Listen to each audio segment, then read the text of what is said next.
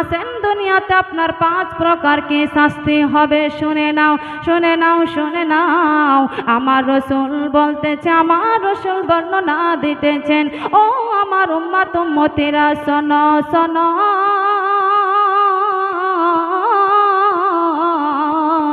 যে বান্দি বেনামাজি হবে, যে বান্দা বেনামাজি হবে, যার পরিবারে নামাজ থাকবে না, তার পরিবারে কখনোই বরকত ধরবে না। এক নম্বর শাস্তি কি?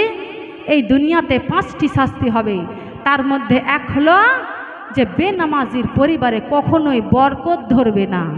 যতই তুমি চাকরি করো, যতই তুমি বাইরে টাকা ইনকাম করো না কেন, আর যতই তুমি বিড়ি বাঁধো না কেন, যতই তুমি চাকরি করো না কেন, আপনার পরিবারে যদি নামাজ না থাকে, আপনার সংসারে বরকত ধরবে না।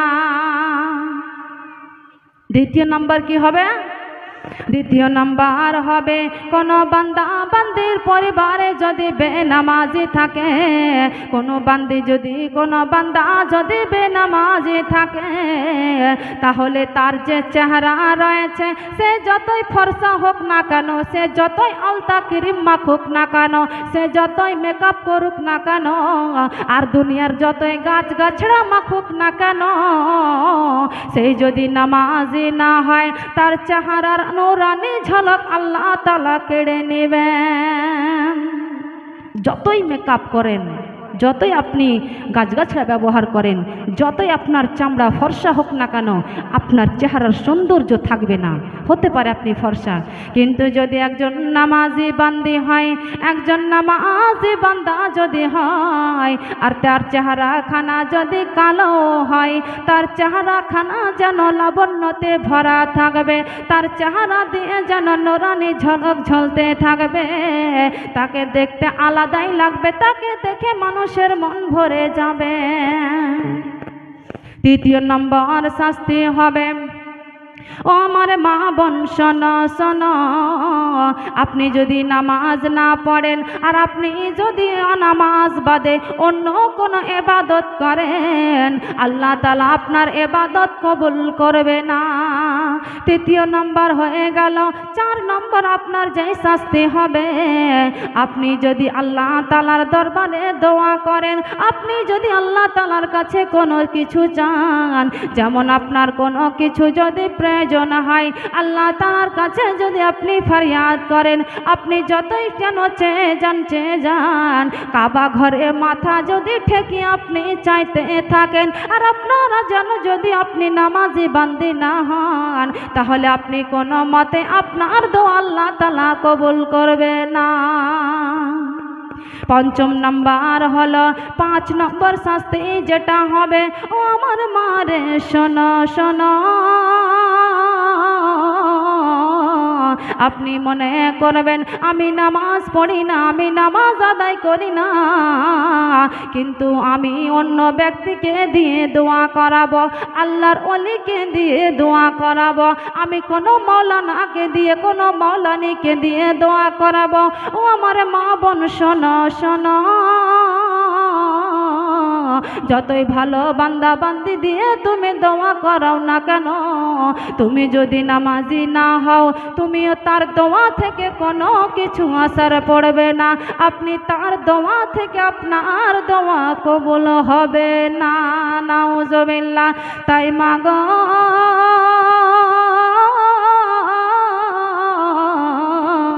এইগুলো যদি আপনি চান আপনার পরিবারে বরকত ধরুক, আপনার পরিবারে বরকত ধরুক, নামাজের দিকে ফিরে আসেন। আপনি বলবেন নাসিমা, আমার পরিবারে আমার স্বামী ইনকাম করে, আমার ছেলে ইনকাম করে, তবু আমার পরিবারে বরকত ধরে না। শুনে নাও, শুনে নাও, আপনার বাড়িতে যদি বেনামাজি থাকে, আপনার বাড়িতে কোনো দিন বরকত ধরবে না। যতই আপনি লাখ টাকা 2 লাখ টাকা ইনকাম করেন না কেন, আপনার টাকা হাতে আসবে, কিন্তু আপনি বুঝতে পারবেন না কোন দিক থেকে আপনার টাকা বেরিয়ে যাবে। তাই মা বোন সাবধান, নামাজের দিকে মনোযোগী হন। আসেন এইবার চলে যাব তিনটি শাস্তি হবে যখন আপনার আজরাইল ফেরেশতা আপনার দরবারে যেই দিন এসে দাঁড়িয়ে যাবে, আপনার দমখানা বের করে নিয়ে যাবে, সেই সময় আপনার তিন প্রকার শাস্তি হবে। মাগো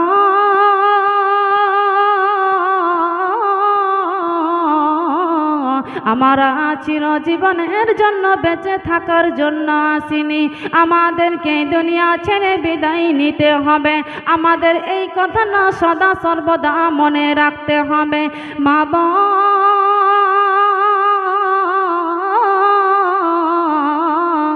যেই দিন আমাদের দরবারে আজরাইল ফেরেশতা এসে দাঁড়িয়ে যাবে, আমাদের দমখানাকে বের করার জন্য চলে আসবে, সেই সময় যদি আমরা শুনে নাও কোনো যদি বেনামাজের দরবারে আজরাইল ফেরেশতা এসে দাঁড়িয়ে যায়, সেই সময় সেই বান্দিটির সাথে কি হবে শুনে নাও। সেই সময় শুনে নাও, যখন বেনামাজের দমখানাকে আজরাইল ফেরেশতা বের করে নিয়ে যাবে, তা জিল্লতের সহিত নিয়ে যাবে, তার কোনো সম্মান কোনো থাকবে না, তার কোনো ইজ্জত থাকবে না, সে বেইজ্জতের সহিত বিছানায় মাটিতে পড়ে থাকবে, তার কোনো মান সম্মান হবে না।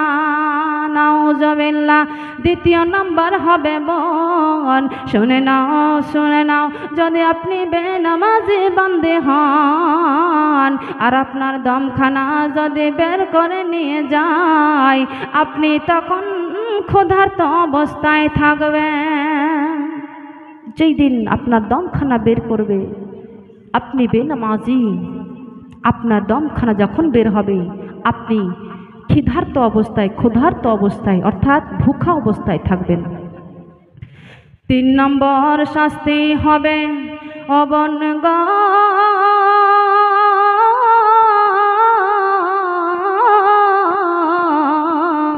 3 নম্বর শাস্তি হবে, শুনে নাও, যখন তোমার আজরাইল ফেরেশতা এসে তোমার দমখানা বের করে নিয়ে যাবে, 3 নম্বর শাস্তি হবে, দুনিয়ার 7 সমুদ্রের জল যদি আপনার গলার মধ্যে ঢেলে দেওয়া হয়, তবু যেন আপনার তৃষ্ণা মেটানো যাবে না। আপনার তেষ্টা অবস্থায় মারা যাবেন। আপনাকে যদি 7 সমুদ্রের জল আপনার গলার মধ্যে ঢেলে দেওয়া হয়, তবু আপনার যেন তেষ্টা মিটবে না। মা বোন শুনে নাও, এই 3 প্রকার শাস্তি হবে আপনার দমখানা যখন বের করে নিয়ে যাবে। বনগো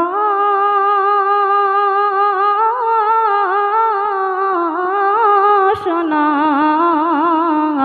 যখন তুমি মারা যাবে, এবার তোমার যেন দমখানা বের হয়ে গেল, এবার তোমাকে তোমার আত্মীয় স্বজন তোমাকে সুন্দরভাবে গোসল করায়ে তোমাকে যেন কাফনখানা পরায়ে দিবে। আপনাকে কাফন দাফন পড়ায়ে দিয়ে আপনার পাড়া প্রতিবেশী, আপনার আত্মীয় স্বজন, আপনার পরিবারের লোকজন আপনাকে যেন চিরবিদায় জানাবে। হায়রে দুনিয়ার মায়া,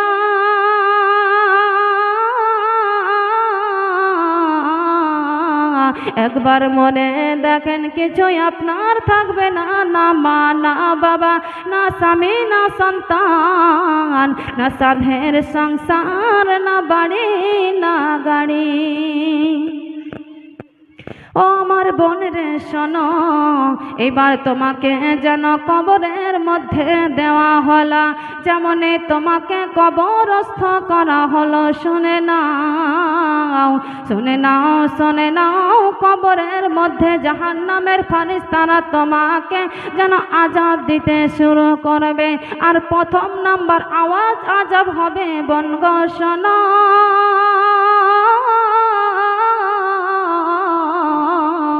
তোমার কবরখানাকে যেন চেপে চেপে দেওয়া হবে, দৈর্ঘ্যে প্রস্থে যেন ছোট করে দেওয়া হবে। আপনাকে ডান দিকের কবর চাপ দিবে, আপনার হাড় পাজরাগুলো বাম দিকে বেরিয়ে যাবে, আপনাকে আবার বাম দিকে যেন কবর চাপ দিবে, আপনার বাম দিকের পাজরাগুলো হাড়গুলো আপনার ডান দিকে বেরিয়ে যাবে। মাগো এইভাবে আপনার কিয়ামত পর্যন্ত আপনার আযাব চলতে থাকে। ডান দিকে চাপ দিলে ডান দিকের হাড়গুলো বাম দিকে বেরিয়ে যাবে, বাম দিক চাপ দিলে বাম দিকের হাড়গুলো ডান দিকে বেরিয়ে যাবে। ও আমার মা গো শোনো শোনো,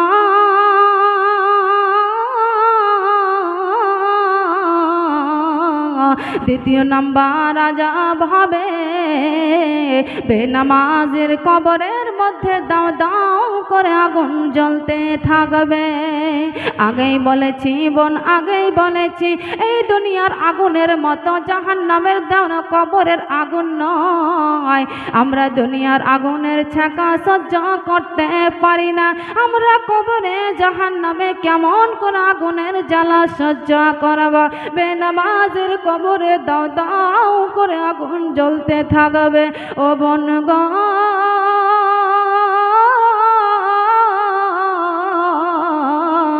এতেই শেষ নয়, এতেই শেষ নয়, আমাদের কিয়ামত পর্যন্ত কবরের মধ্যে এই রকম শাস্তি আমার চলতে থাকবে।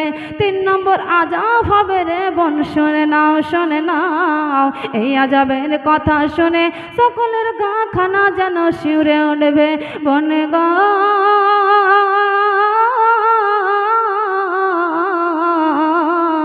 3 নম্বর শাস্তি হবে, 3 নম্বর আযাব হবে আপনার আমার কবরে, অর্থাৎ বেনামাজের কবরের মধ্যে একখানা সাপ নিযুক্ত করা হবে।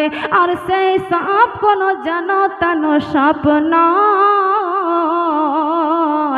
আপনার পায়ে হেঁটে দিন রাতের মধ্যে যতটা পথ আপনি যেতে পারবেন তার চেয়েও বেশি বড়, বেশি মোটা সাপ আপনার কবরে নিক্ষেপ করা হবে। আর সেই সাপ আপনার বেনামাজের কবরের মধ্যে যেন দিন রাত দংশন করতে থাকবে। হায় রে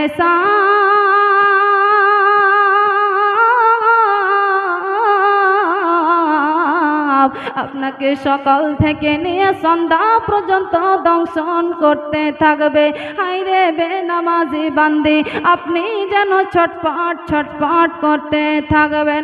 আপনি আল্লাহর দরবারে যেন চিল্লে চিল্লে ফরিয়াদ করবেন, আপনি কান্নাকাটি করতে থাকবেন, সাপকে যেন ফরিয়াদ করবেন, ও সাপ শোনো শোনো, আমি তোমার জ্বালা তোমার দংশন সহ্য করতে পারছি না, দয়া করে মেহেরবানি করে তুমি আমাকে ছেড়ে দাও ছেড়ে দাও। কিন্তু সাপ তখন কি উত্তর দেবে শোনো, সাপ আপনার কি উত্তর দেবে শোনো শোনো।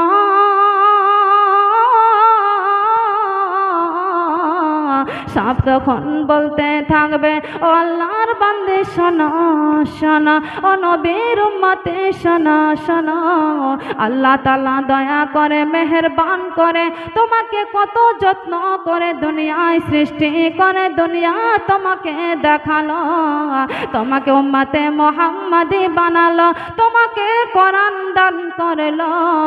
সেই কোরআন তো সেই কোরআনের মধ্যে আল্লাহ তাআলা তোমাকে নামাজের নির্দেশ দিল। ও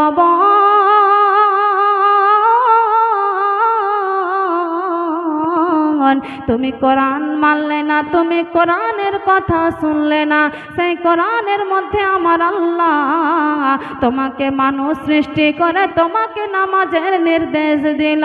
এত সুন্দর করে আল্লাহ তোমাকে নামাজের কথা বলল, তুমি নামাজ পড়নি। কিন্তু আমি একজন আল্লাহর জীব, একজন জানোয়ার, আমি আল্লাহ তাআলার কথা কখনোই অমান্য করতে পারি না। কি বলছেন সাপ?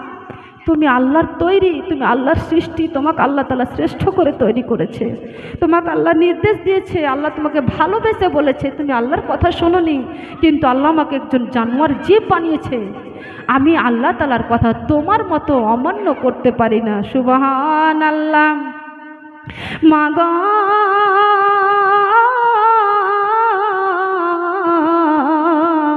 সাপ তখন বলতে থাকবে, আমি আল্লাহ তাআলার কথা অমান্য করতে পারবো না।